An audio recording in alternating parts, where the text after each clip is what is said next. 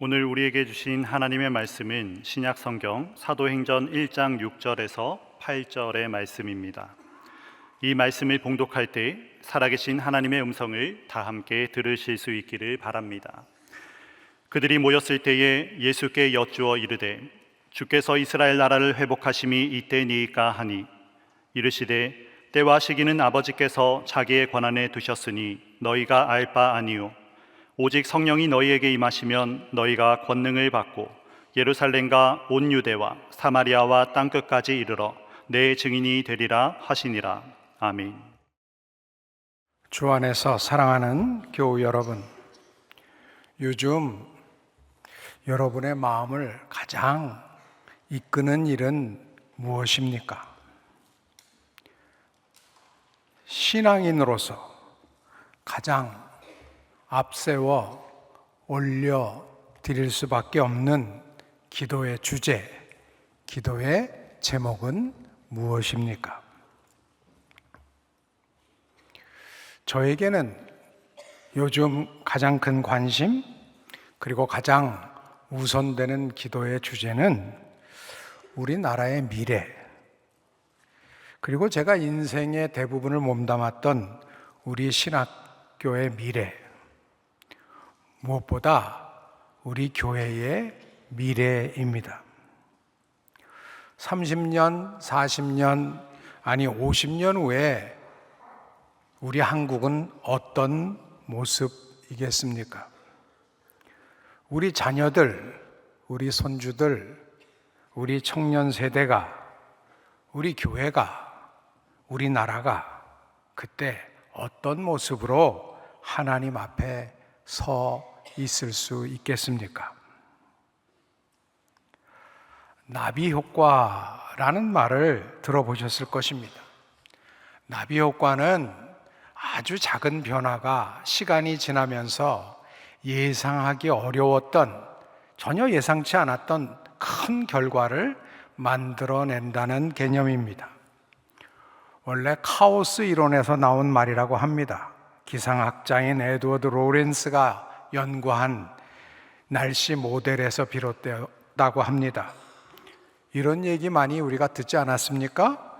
브라질에서 아마존의 한 나비가 날갯짓하면 그게 미국의 텍사스에서는 토네이도, 큰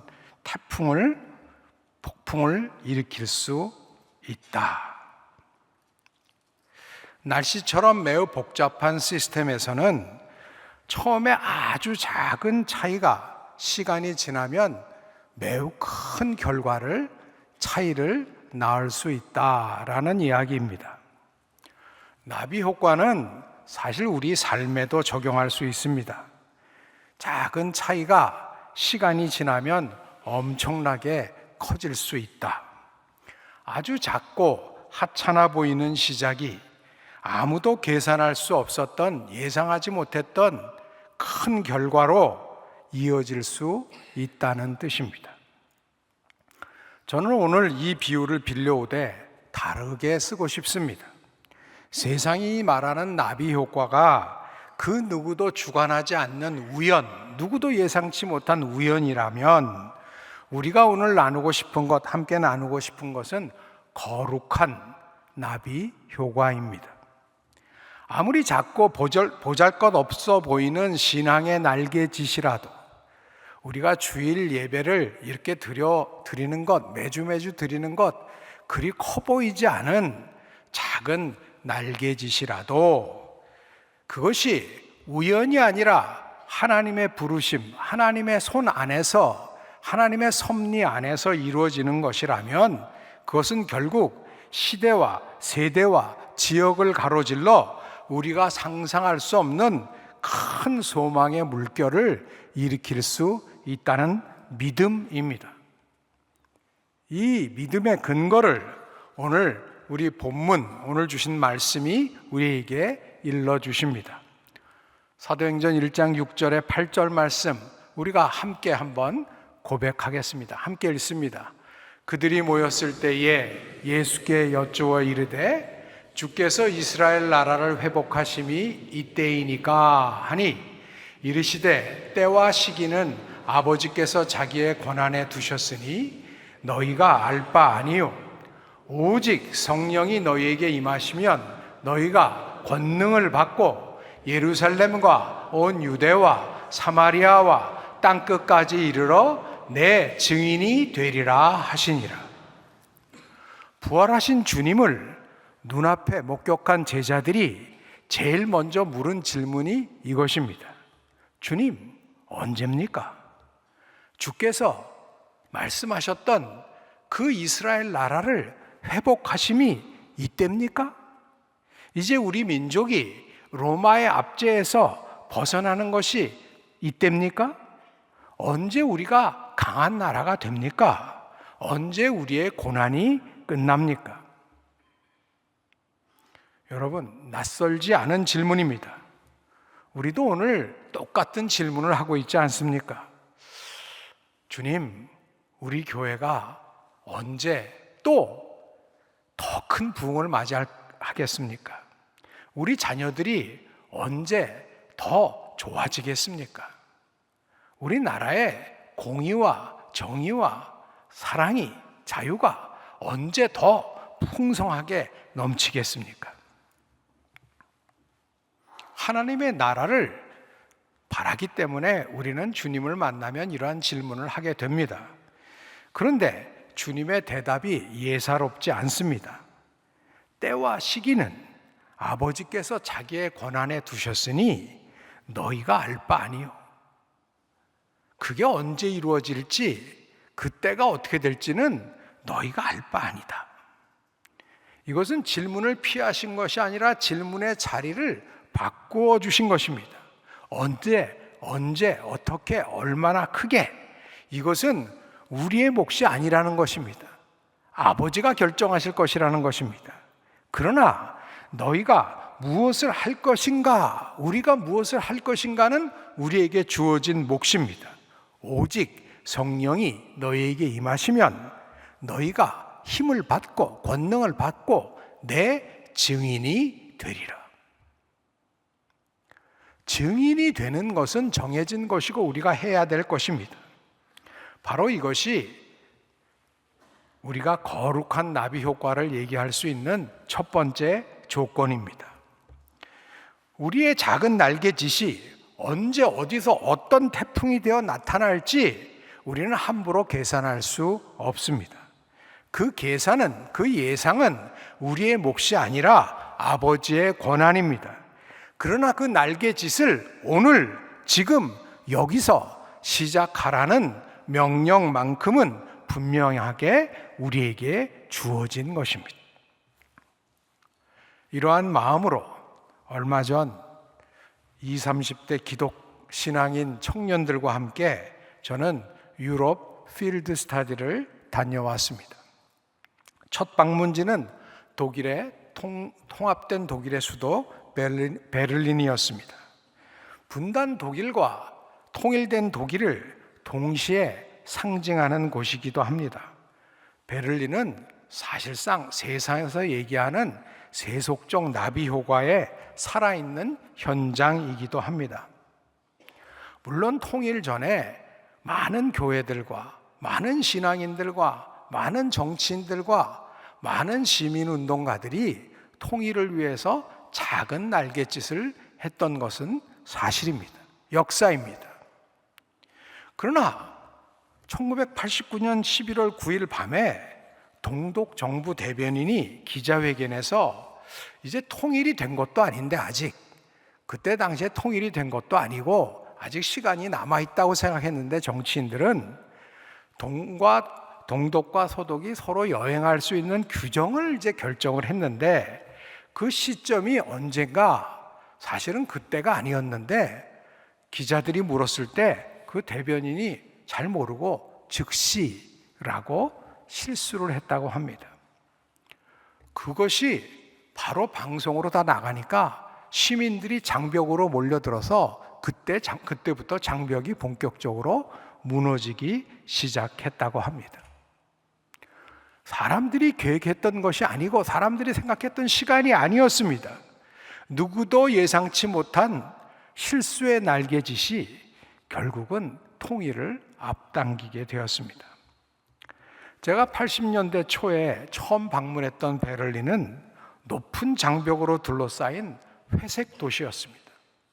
장벽 앞에 십자가들, 장벽을 넘다 죽음을 당한 그런 희생자들의 상징 십자가들이 있었습니다. 그랬던 도시가 이제는 전 세계 시민들이 찾아오는 밝은 도시가 되었습니다. 국제적인 도시가 되었습니다. 통일하면 지금 우리 사회는 어떤 세대들은 우리의 소원은 통일, 자연스럽게 얘기를 하지만 적지 않은 우리 국민들 중에는 이제 통일하면은 그게 될까? 그게 돼서 우리에게 도움이 되나?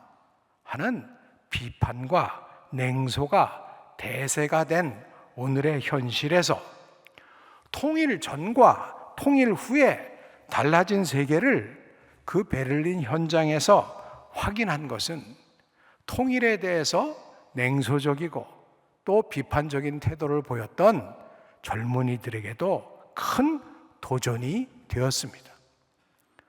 우리가 통일이 되면 고립된 대한민국이 아니라 대륙과도 통할 수 있는 그런 통일 한국을 이룰 수 있다는 비전을 갖게 되었을 때 그들의 세계관은 달라졌습니다.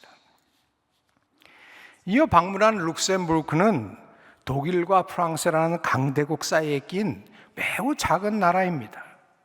그러나 지금은 유럽연합을 이끄는 유럽연합의 그런 수도 중에 하나인 그런 중심 국가 중에 하나이고 금융과 여러 산업 분야에서는 세계 최고 수준의 경쟁력을 갖춘 나라가 되었습니다. 그런데 그 작은 나라, 아무것도 없었던 철강 산업이 주였던 나라가 이제 철강 산업이 쇠퇴하면서 그야말로 쇠퇴할 수 없었던 그 나라에서 유럽의 연합이, 유럽의 하나됨이 자기 나라를 잘 살게 되는 것이다 라는 작은 날갯짓을 하는 사람들이 외국어도 열심히 하고 자기 나라 말을 하는 게 아니라 여러 외국어를 하고 열심히 노력을 해서 결국은 그들의 날갯짓이 전 유럽을 하나 되게 하는 유럽연합의 중심의 지도력을 발휘하는 그런 결과를 갖춘 나라가 되었습니다. 그 나라가 최근에 다 대사관들을 줄여가는 과정에 한국에는 대사관을 개설을 했다는 거예요. 신설했다고 합니다. 어떻게 신설을 했나? 그 외교부에 있는 전 수상이었고 지금 외교부 장관이었던 분들이 우리 젊은이들에게 설명을 해주면서 왜 우리가 다른 나라에는 대사관을 줄이면서 대한민국에는 대사관을 늘린 이유가 무엇인가? 그것은 대한민국은 정부뿐만 아니라 사기업이 굉장히 의사결정이 빠르더라.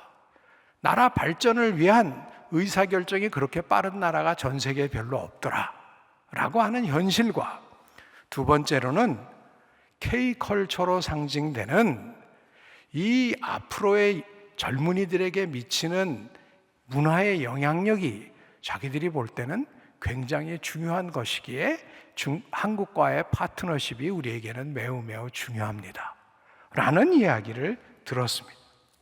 이 이야기를 듣고 함께 있던 청년들도 나름의 대한민국의 국민으로서의 자부심을 느낄 수 있었습니다. 우리 청년들이 이러한 자부심을 느낄 수 있었던 것은 어찌 보면 광복 이후 81년 동안 계속해서 쌓여진 축적된 우리의 산업과 사회문화의 발전과 그 열매 때문이 아니겠습니까? 주 안에서 사랑하는 교우 여러분, 그런데 오늘 우리 사회 안에서 나가서는 그러한 자부심을 느끼는 우리의 현실인데 우리 사회 안에서 우리 다음 세대들, 특별히 청년들의 마음은 어떠합니까? 오늘 우리 사회를 살아가는 많은 청년들, 다음 세대들은 자신의 미래에 대해서 낙관보다는 오히려 희망 없음을 말하는 경우가 많습니다. 세습 중산층 사회라는 말이 이들에게 많은 공감을 얻고 있습니다. 내가 아무리 노력해도 나의 출신과 나의 배경을 뛰어넘을 수 없다는 체념이 깊어지고 있는 요즘입니다. 이 체념의 본질이 무엇입니까?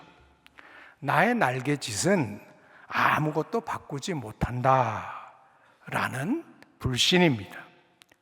나비 효과에 대한 믿음을 잃어버린 것입니다.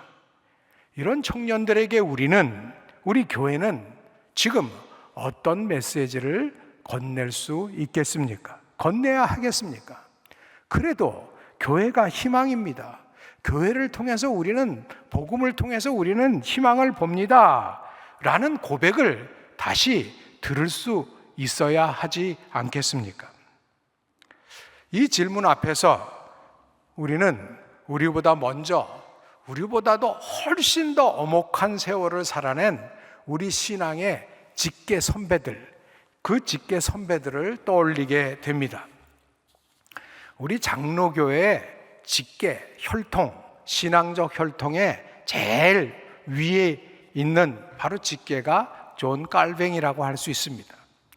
옛날엔 칼빈이라고 불렀는데 지금도 칼빈이라고도 하지만 그분이 불란서 분이라고 원산지명으로 불러드린다고 요새는 칼뱅이라고 불러드립니다. 그 칼뱅이 불란서 분이지만 제네바에서 목회를 했습니다. 그 제네바 교회는 전 세계에서 믿음 때문에 추방된 사람들이 모였던 이주민들이 모인 교회였습니다. 이주민들의 교회가 사실 우리 장로교회의 원 모델이라고 할 수 있습니다. 그런데 그 믿음, 16세기에 있었던 그런 개혁교회, 장로교회 모델이 그 믿음의 후손이 17세기 이후에는 16세기, 17세기의 불란서에서는 위그노라고 하는 종교개혁을 따르는 신앙인들이 있었습니다. 그 신앙인들은 지금 우리의 상황과는 비교할 수 없을 정도로 엄청난 신앙적 어려움, 국가적 어려움, 사회적 어려움 속에서 살아가고 있었습니다. 그때 그 위그노 중에 한 사람인 마리 듀랑의 이야기가 우리에게는 깊은 도전을 줍니다. 그녀는 10대 중반의 나이에 신앙을 포기하지 않는다는 이유로 감옥에 투옥되었고 10대 중반부터 38년 동안 감옥에 갇혀 있었습니다. 그러니까 10대 후반의 소녀가 50대 후반에 이 장렬한 여인이 되어서 감옥을 나올 수밖에 없었던 것입니다. 이것이 뭐냐? 38년 동안 갇혔던 감옥에서 마리 듀랑과 그의 동료들이 있었던 그 꽁산스 감옥에서 남겼던 돌판입니다. 바닥에 계속해서 신앙의 유혹을 받을 때마다 그 당시에 어떤 그 철제 도구로 바닥에다 썼다고 합니다. 이게 우리말로 하면 저항하라. 요새 말로 하면 resist, 저항하라. 레지스탕스의 원어이기도 합니다. 저항하라. 즉 세상의 유혹에 저항하라. 38년 동안 그가 감옥에서 지켜낼 수 있었던 것, 그것이 바로 신앙이었습니다. 38년의 감옥살이, 세상의 눈으로 보면 이보다도 무력하고 하찮은 날개짓이 어디 있겠습니까? 아무도 알아주지 않는 좁은 탑 안에서 한 소녀가 돌바닥에 새긴 글자 하나. 그러나 우리 신앙의 선배들이 그 극심한 고난 속에서도 신앙을 지킬 수 있었던 그 비결, 그 힘은 어디에 있었겠습니까? 그들의 현실은 매우 엄혹했지만 그들에게는 소망이 있었기 때문에 버텨냈던 것 아니겠습니까? 그 소망이 어디에서 온 것입니까? 바로 하나님의 사랑에서 오는 것이고, 하나님의 사랑이 있기 때문에 믿음이 있었고, 믿음이 있으니까 소망을 가질 수 있었던 것입니다. 믿음, 소망, 사랑, 그 세 가지 중에 첫 번째가 사랑이라. 하나님의 사랑, 그 사랑으로 믿음을 갖게 되고 믿음이 있는 사람은 소망을 갖게 되는 것입니다. 그런데 여기서 또 다른 질문이 저는 생겨났습니다. 제가 저 돌판을 프랑스 남부에 있는 그 광야 박물관, 그 위그노들이 살았던 그곳에서 그 유품을 모아놓은 곳에서 찍은 것인데, 그 돌판을 보고 그들의 신앙을 보니까 너무 도전이 되고, 그동안 우리의 삶에 대해서 불만을 가졌던 것, 우리의 현실에 대해서 불평했던 것이 부끄러웠어요. 야, 우리보다 훨씬 더 열악한 환경에서 저렇게 버텨내셨는데 우리 신앙의 선배는, 우리는 불평만 하고 있었으니 참 부끄러웠습니다. 그러면서 이런 질문이 생겼어요. 저렇게 깊은 신앙을 가진 선조들을 가진 불란서의 후손들, 그 개혁교회는 지금 어떻게 됐나 보니까, 현재 불란서에 있는 우리 개혁교회, 우리 자매와 형제 교회는 전체 인구의 0.5%에 불과합니다. 38년을 감옥에서 지킨 이들이 신앙의 선배로 있는, 신앙의 조상으로 있는 나라의 후손들이 지금 0.5%밖에 안 되는 거예요. 그 신앙의 선배들은 날개짓이 지금 어떻게 된 겁니까? 도대체 태풍은 어디로 간 것이겠습니까?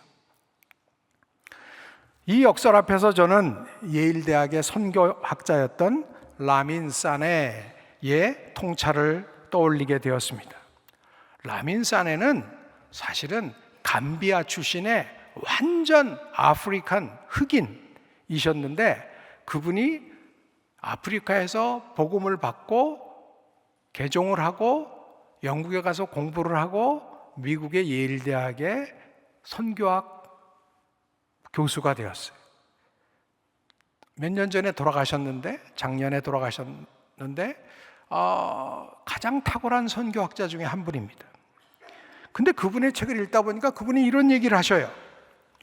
보통 우리들은 순교자의 피 위에 교회가 서 있다, 교회는 순교자들이 흘린 피 위에 서 있다 라고 얘기를 하는데, 지정학적으로 볼 때는 그 말이 그렇게 맞지 않다.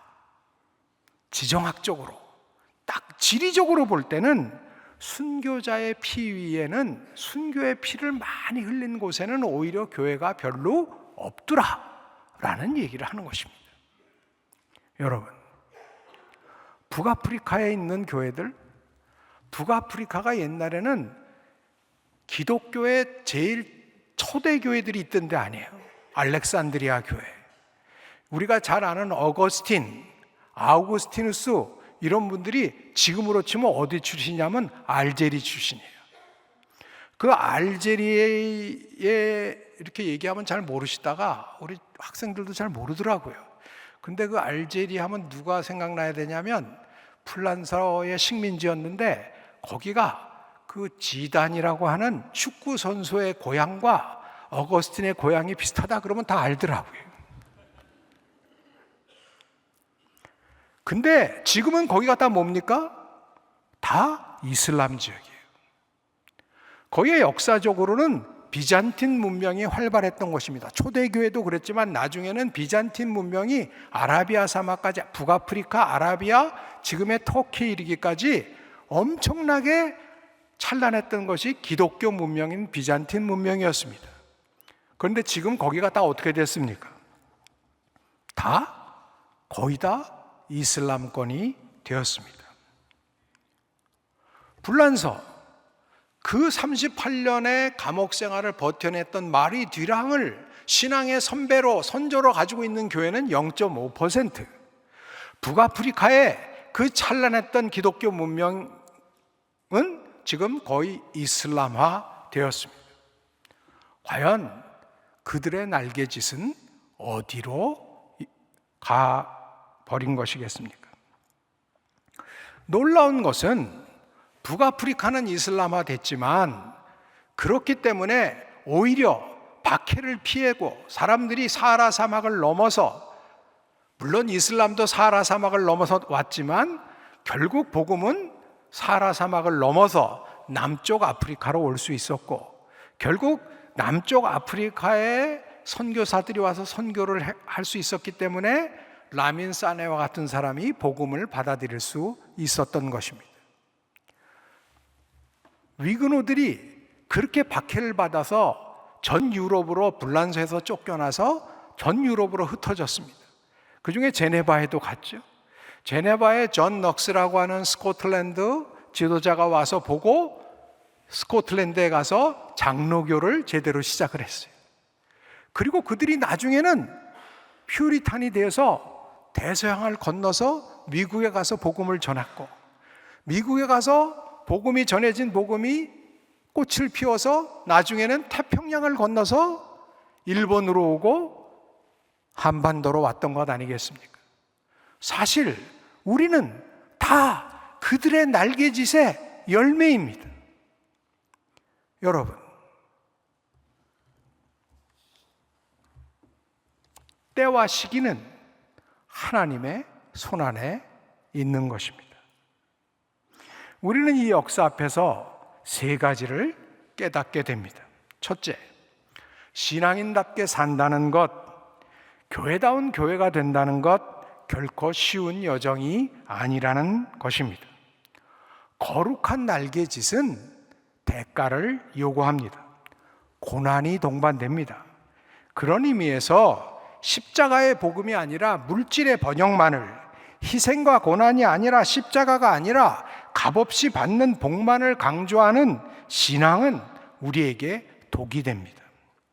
예수 그리스도께서 주신 은혜는 값싼 은혜가 아니라 값비싼 은혜임을 기억해야 합니다.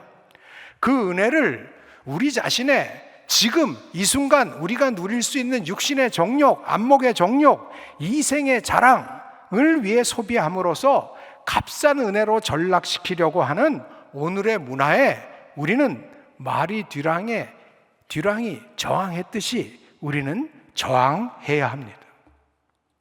그러한 문화에 빠져들은 우리는 회개해야 합니다. 두 번째, 날개짓은, 그런데 그 날개짓, 그 저항은 우리의 의지와 우리의 힘으로는 결코 시작될 수 없는 것입니다. 우리에게는 성령님의 도우심이 필수적입니다. 절대적입니다. 우리의 연약한 심성, 우리의 연약한 육체, 우리의 연약한 의지로는 감당할 수 없는 위험과 유혹이 있기에 경건의 실천을 통해 성령의 도우심과 능력을 간구하는 우리가 되어야 할 줄로 믿습니다. 셋째, 그 날개짓이 어떤 태풍이 될지, 언제 어디서 열매로 맺혀질지는 우리의 때, 우리의 뜻에 좌우되는 것이 아니라 주님의 뜻과 주님의 때, 주님의 방법과 주님이 바라시는 모양으로, 형식으로 이루어진다는 사실을 우리는 잊지 말아야 합니다.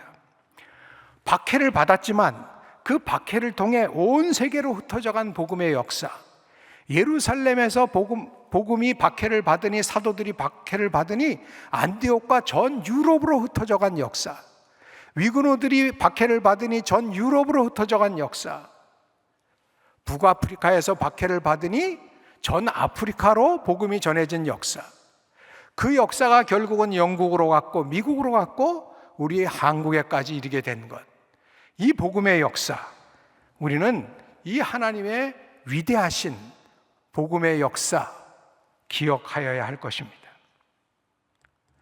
주 안에서 사랑하는 교회 여러분, 그렇다면 오늘 이 자리에 있는 우리, 특별히 우리 기성세대 신앙인들은 어떤 날개짓을 또 해야 하겠습니까? 우리 다음 세대들, 특별히 우리 청년들에게 다시 희망을 주고 희망이 되는 교회와 성도가 되기 위해 오늘 우리는 어떤 날개짓을 시작해야 하겠습니까? 무엇보다 먼저 우리가 값비싼 은혜의 삶을 살아내야 하겠습니다. 청년들은, 다음 세대는 우리의 딸과 아들과 손주와 손녀들은 우리의 말과 우리의 설교를 보는 것이 아니라 우리의 삶을 보고 있습니다. 우리가 번영과 안락을 신앙의 증거로 내가 이만큼 해서 이만큼 부자가 되었다, 내가 이만큼 해서 이 정도를 이루었다 라는 것, 이것도 귀한 교훈이지만 그것보다 이제는 손해를 감수하고서라도 정직하고 신실하게 살아가는 모습, 나보다는 이웃을, 우리 가족보다 더 큰 단위의 이웃을 함께 생각하며 살아가는 모습을 그들은 우리에게 보기를 원할 것입니다. 말보다 강한 날개짓이 우리에게 있기를 원합니다. 다음으로 우리는 청년들 곁에 서서 그들의 말을 들을 수 있어야 합니다. 마리 듀랑의 신앙도, 위그노들의 신앙도 혼자 지켜낸 것이 아닙니다. 공동체 안에서 서로 지켜준 신앙이었습니다. 오늘 우리가 본 그 리지스트라고 하는 그것도 마리 듀랑이 혼자 쓴 것이 아니라고 추정이 됩니다. 공동체의 작품인 것입니다. 오늘 우리 청년들이 토로하는 절망과 체념의 소리를 판단하지 않고 끝까지 들어주는 것, 사실 우리가 그들의 소리를 좀 더 들어주는 것, 그것이 그들 옆에 서 있는 것, 그것이 우리가 그들에게 줄 수 있는 작은 날개짓입니다. 또한 우리는 그들에게 기회를 더 주어야 합니다. 세상은 세습 중산층 사회, 그래서 내가 어떤 특정한 집에서 태어나지 못했고 어떤 특정한 자리에 있지 못하면 기회가 없어 라고 하는 절망을 주는데, 적어도 우리 교회는 열려있는 교회가 되어야 하지 않겠습니까? 다음 세대들에게, 청년들에게 실질적인 책임과 활동의 자리를 내어주는 우리가 되어야 할 줄로 믿습니다. 마지막으로 우리 자신이 먼저 소망을 회복해야 하겠습니다. 우리가 절망하면 어떻게 그들에게 희망이 될 수 있겠습니까? 우리가 소망을 가져야 하지 않겠습니까? 소망의 사람들이 되어야 되지 않겠습니까? 그러기 위해서 오늘의 현실이 아무리 날개짓을 한다고 해도 무슨 변화가 있을까? 라고 하는 것은 세상의 눈으로 세상을 바라보는 것입니다. 믿음의 눈으로 보는 것은, 믿음의 눈은 보지 못하는 것들의 실상이라, 우리의 눈으로 보지 못하지만 믿음의 눈으로 봤을 때 거룩한 날개짓은, 거룩한 나비 효과는 결국 하나님이 이루어내신다라는 믿음 속에서 우리도 소망의 사람들이 되기를 원합니다. 주 안에서 사랑하는 소망의 교우 여러분, 오늘 우리에게 소망이 있습니까? 사회는 많은 기회가 주어지는 사회고 국제적으로 자랑스러운 대한민국이지만 어느 사회가 그렇듯이 우리 사회에도 양극화의 어둠의 그림자들이 많습니다. 그래서 많은 이들이 희망이 없다고 합니다. 내가 조금 착하게 산다고 무슨 변화가 있을까? 내가 주일날 예배 드린다고 무슨 변화가 있을까? 나 혼자 한다고 무슨 변화가 있을까? 주께서 말씀하십니다. 오직 성령이 너희에게 임하시면 너희가 권능을 받고 땅 끝까지 이르러 내 증인이 되리라. 우리가 서 있는 이 자리에서, 가정에서, 일터에서, 사회에서 증인된 삶을 살아가는 작은 날개짓을 거듭하는 우리가 되기를 원합니다. 주께서 우리의 작은 날개짓을 모아서 거룩한 하나님의 나라를 우리 자손들에게 허락해 주실 줄 믿습니다. 하나님 아버지 감사합니다. 주께서 저희를 사랑해 주셔서 오늘도 희망을 갖게 하여 주셨으니 작은 날개짓 거듭할 수 있는 저희들 되게 하여 주시옵소서. 성령을 허락하여 주시옵소서. 모든 말씀 우리를 작은 날개짓으로 부르시는 우리 주 예수 그리스도 이름으로 기도드립니다. 아멘.